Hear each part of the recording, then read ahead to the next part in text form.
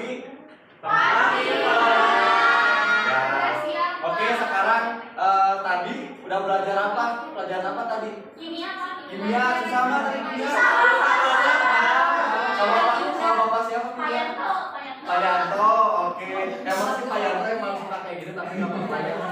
Kalian juga kan IPA ya, jadi ya emang harus belajar juga. Tapi lebih dari itu, kalian juga selaku warga negara yang baik, tentunya juga harus belajar lah tentang PKN yang hari ini akan Bapak ajarkan di depan kalian. Oke, sebelum kita mulai, coba lihat kanan kirinya, apa ada sampah nggak? Kalau masih ada sampah, sok diambil dulu, masukin ke tas biar nyaman. Siapa kayak di sini? Bapak. Kok Bapak sih? Iya.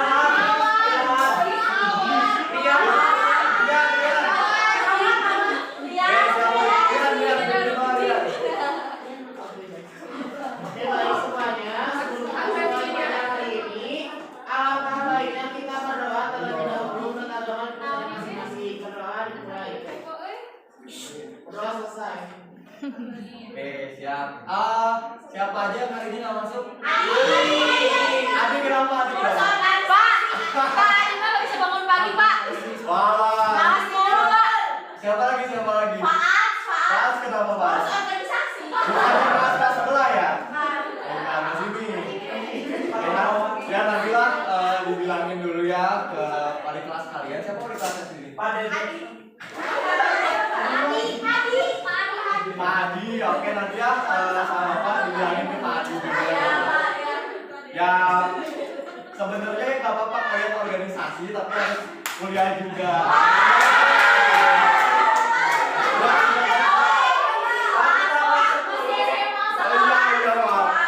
Bapak soalnya first graduate, ya, jadi suka kuliah terus. Nah sekarang untuk pembelajaran kali ini kalian kan kebetulan baru lulus SMP kan ya, sama kayak bapak-bapak juga baru lulus kuliah. Nah di kelas 10 ini di pertemuan ketiga kalian akan belajar tentang nilai-nilai Pancasila dalam penyelenggaraan pemerintahan gitu. Oke boleh next. Nah ada yang mau bacain nggak? Saya, Pak. Ya Indah. Apa itu sistem pemerintahan? Sistem pemerintahan adalah cara pemerintah dalam mengatur semua yang berkaitan dengan pemerintahan. Sistem ini berfungsi untuk menjaga kestabilan pemerintahan, politik, pertahanan, ekonomi, dan lain-lain. Oke, sistem pemerintahan ya. Nah pada sebenarnya untuk pertemuan kali ini kita bakal ngomongin pemerintahan, gak jauh beda lah sama pertemuan yang kemarin. Yang kemarin kalau nggak salah sama Bapak Abi itu tentang pembagian pemerintahan ya. Betul. Oh, oke. Jadi nggak akan jawabnya sebenarnya satu sama yang ini gitu kan. Boleh next. Nah, dari sistem pembagian kekuasaan di Indonesia itu tuh ada dua. Pertama, yang perlu kita ketahui tentang kekuasaan dalam pemerintahan itu ada dua. Pertama kekuasaan dan kekuasaan negara. Jadi sebenarnya simpelnya kekuasaan itu ya kemampuan seseorang mempengaruhi orang lain agar melakukan tindakan-tindakan yang diperintahkannya. Sedangkan untuk kekuasaan negara itu kewenangan negara untuk mengatur seluruh rakyatnya untuk mencapai keadilan dan kemakmuran serta keteraturan. Jadi gak jauh berbeda, cuman beda subjeknya aja. Kalau kekuasaan itu ke pemerintah, ke orangnya yang memegang kekuasaan itu sendiri, sedangkan kekuasaan negara itu lebih ke pemerintahannya seperti itu.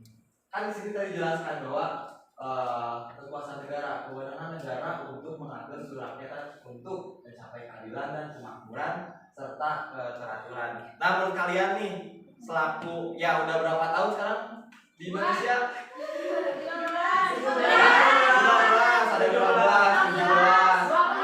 Menurut kalian gimana pemerintahan sekarang? Apakah udah adil kah atau belum? Belumnya kenapa Pak Rian? Kenapa belumnya? Karena masih ada masyarakat yang belum sejahtera, terus juga masih banyaknya korupsi manusia. Yang lain ada nggak yang lain? Kenapa belum tadi juga anak-anak apa siapa? Kalau paling kecil dihakimi Pak, kalau paling besar dibiarin.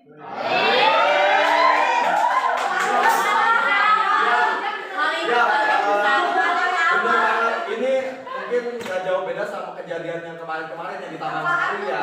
Yang mana di Taman Sari itu waktu itu ada penggusuran lahan kayak gitu kan. Saya tahu Taman Sari nggak? Oh Emil kegusur nggak Emil? Aman ya. Dia dengar Emil juga ini yang gemor-gemor. Tanah kelahiran.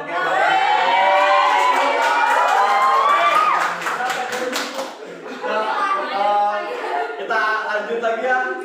Coba di next lagi. Nah, untuk tentang pembagian kekuasaan itu sendiri, di sini ada menurut Montesquieu. Di sini ada dibagi menjadi berapa bagian? 3. Ya, yang pertama apa? Legislatif. Besok kekuasaan legislatif kayak gimana? Apa artinya? Membuat undang-undang. Ya, membuat undang-undang. Eksekutif. Yudikatif. Nah, oke. Kalau di Indonesia sendiri, lembaga legislatif itu ada apa aja? DPR, terus DPR, ya. Terus kalau yang eksekutif apa coba? Ya, oke. Terus yudikatif terakhir. Ya, jadi nggak ada yang salah ya, semuanya benar ya tentang lembaga-lembaga baik itu legislatif, eksekutif, dan yudikatif di Indonesia. Tapi perlu kita ketahui bahwa sebenarnya kita itu menganut sistem pemerintahan trias politika, yang mana tentunya dalam pemerintahannya kita menggunakan 3 kekuasaan ini, legislatif, eksekutif, dan yudikatif. Kayak gitu. Dari sini ada yang mau tanya nggak? Oke, lanjut coba. Nah, pertanyaan selanjutnya, mengapa harus ada pembagian atau pemisahan kekuasaan? Menurut kalian gimana? Ya. Supaya tidak ada kesenangan dalam pelaksanaan pemerintahan. Oke, good. Yang lain ada? Pak. Ya. Masuk kalawak ya dia ya. Dengerin siap. Supaya setiap lembaga fokus ke tugasnya masing-masing Pak. Terakhir coba laki-laki, ada satu lagi nggak? Laki-laki ada nggak? Ya udah kayak aja ya. Laki-laki pada pembahasannya. Oke, mantap. Tepuk tangan buat semuanya. Nah, sebenarnya nggak benar semua ya tentang pandangan dari teman-teman kalian. Ada Nola, Hani, dan Gaida tentang kenapa sih pemerintah itu harus ada pembagian atau pemisahan kekuasaan. Ya benar, biar nggak ada istilahnya penyelewengan ataupun semua itu bekerja sesuai tupoksinya. Jadi nggak ada saling tumpang tindih dan lain sebagainya seperti itu. Nah, untuk biar lebih jelas lagi untuk pembagian kekuasaan di Indonesia itu apa gitu kan? Kita lanjut dulu ya. Nah, di sini ada perbedaan antara pembagian dan kekuasaan. Jadi pertama yang sebelah kiri ada pembagian kekuasaan, pemisahan kekuasaan.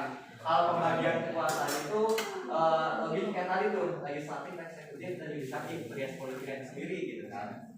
Terus kalau di pembagian konsekuensi bahwa di antara bagian-bagian itu dimungkinkan ada koordinasi atau kerjasama, merger lah atau gabungan lah ya antara lembaga satu dan lainnya gitu kan. Bukan dari segi lembaga tapi dari segi ya tugasnya, misalnya kayak backup collaboration gitu.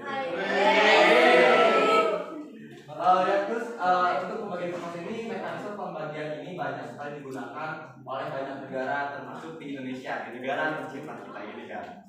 Terus pemisahan, nah untuk pemisahan kekuasaan itu kekuasaan negara terpisah-pisah dalam beberapa bagian, baik mengenai organnya maupun fungsinya. Kemudian juga di sini setiap lembaga menjalankan fungsinya masing-masing. Berarti di sini lebih tiap-tiap lembaga itu independen, nggak perlu adanya kolaborasi ataupun kerjasama dari lembaga-lembaga lainnya. Nah, untuk contoh negara sendiri, contohnya ada Amerika Serikat, yang tentunya mereka memiliki sistem pemerintahan yang federal ya. Dulu juga kita pernah menggunakan sistem pemerintahan federal pada tahun berapa? Ada yang tahu?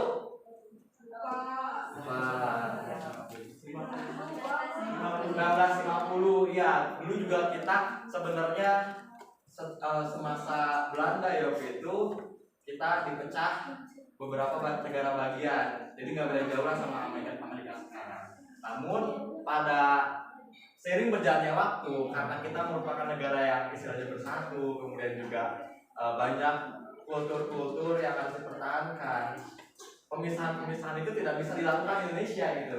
Jadi pada akhirnya jika bentuk negara kita ini federal, memiliki negara bagian, pasti tentunya nggak akan sukses gitu.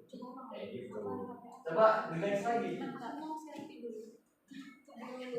Nah, tadi kan udah dijelasin bahwa pembagian kekuasaan di Indonesia itu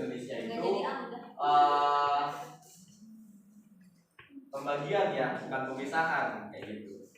Dan untuk pembagian ini ada horizontal dan vertikal. Coba ada yang baca nggak pembagian horizontal dan vertikal itu bagaimana? Ya, Rizky. Secara horizontal, yang pertama itu pembagian kekuasaan menurut fungsi lembaga-lembaga tertentu, diantaranya ada legislatif, eksekutif, dan yudikatif. Yang kedua, berdasarkan Undang-Undang Negara Republik Indonesia tahun 1945, secara horizontal, pembagian kekuasaan negara dilakukan pada tingkatan pemerintahan pusat dan pemerintahan daerah. Oke, kalau yang vertikalnya Nor? Pembagian kekuasaan menurut tingkatnya, yaitu pembagian kekuasaan antara beberapa tingkatan pemerintahan. Pasal 18 ayat 1 Undang-Undang Dasar Negara Republik Indonesia tahun 1945. Negara Kesatuan Republik Indonesia dibagi atas daerah-daerah provinsi, dan daerah provinsi itu dibagi atas kabupaten dan kota. Yang tiap-tiap provinsi, kabupaten, dan kota itu mempunyai pemerintah daerah yang diatur dengan undang-undang. Oke. Nah, dari sini, dari pembagian kekuasaan yang ada di Indonesia, baik itu horizontal ataupun vertikal, ada yang bingung nggak? Oke, sebenarnya gini loh, untuk lebih sederhananya kalian mengetahui ataupun ingat-ingat konsep dari pembagian kekuasaan ini, ingat aja horizontal yang garis sejajar ini dan vertikal gitu. Kayak gitu. Ya, kayak Pitagoras bener, anak IPA banget ya, Ahmad ya. Gitu, gitu. Horizontal berarti lembaga-lembaga yang sejajar, legislatif, yudikatif, eksekutif gitu. Antara hubungan antara lembaga-lembaga yang sejajar. Nah, terus untuk vertikal berarti dari top to down, dari atas ke bawah gitu. Misalnya kalau dari atas, kalau lawak juga ya kamu ya. Misalnya kalau dari atas nih, dari atas ada presiden, wakil presiden, terus para menteri gitu kan, kemudian juga ada gubernur, terus ke bawah lagi ada apa? Wali kota, terus bupati, camat, Kades, RT, RW. Nah, sebenarnya untuk dari segi kota ataupun kabupaten itu ada perbedaan. Ada yang tahu nggak perbedaannya apa? Kabupaten. Ya, kabupaten sama kota. Ya, benar. Pemimpinnya. Jadi kalau misalnya kita ulangan dulu. Nah, jadi untuk kabupaten sama kota ya. Kota itu dipimpin oleh Wali kota. Kabupaten, Bupati. Nah, kalau di kota ini nggak ada yang namanya dusun atau desa. Mereka tuh langsung kecamatan dan kelurahan, gitu kan? Iya. Nah, kalau misalnya kabupaten itu ada Desa. dipimpin sama bupati, Camat. terus juga ada desa, ada kecamatan, gitu kan? Jadi bedanya tuh ya itu ya apa kecamatan dulu, desa dulu. Camat dulu, apa Desa. kecamatan? Kayak gitu. Jadi bedanya tuh di tingkat kelurahan. Di kota itu namanya kelurahan, di desa itu namanya di kabupaten itu namanya desa. Kayak gitu. Jadi biar lebih gampangnya untuk menganut atau mengingat konsep dari pembagian kekuasaan ini adalah vertikal dan horizontal. Trigonometri ya biasa. Go next. Nah, terakhir nih nilai-nilai Pancasila yang dalam penyelenggaraan pemerintah. Pertama itu ada yang baca nggak? Ya, Medina. Ada nilai Pancasila dalam penyelenggaraan pemerintah. Yang pertama ada nilai ketuhanan yang Maha Esa. Adanya kemampuan dan keyakinan bangsa terhadap adanya Tuhan sebagai pencipta alam semesta. Bangsa yang memiliki jiwa Tuhan, bangsa yang berdaya. Adanya kemampuan akan kebebasan menurut agama, menghargai kemerdekaan beragama, tidak ada paksaan serta tidak berlaku diskriminatif antar umat agama. Lalu yang kedua ada nilai kemanusiaan yang adil dan beradab. Mengandung arti kesadaran sikap dan perilaku sesuai dengan nilai-nilai moral dalam hidup bersama atas dasar tuntutan dan nurani dengan keberagaman Islam dan bagaimana mestinya.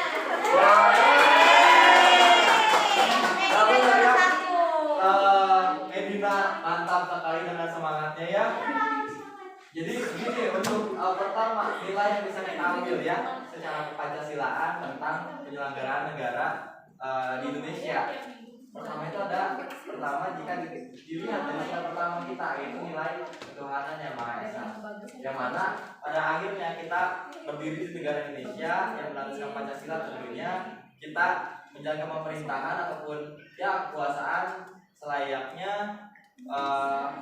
agama gitu kan. Kita berlandaskan nilai-nilai agama religius untuk menciptakan sebuah keharmonisan.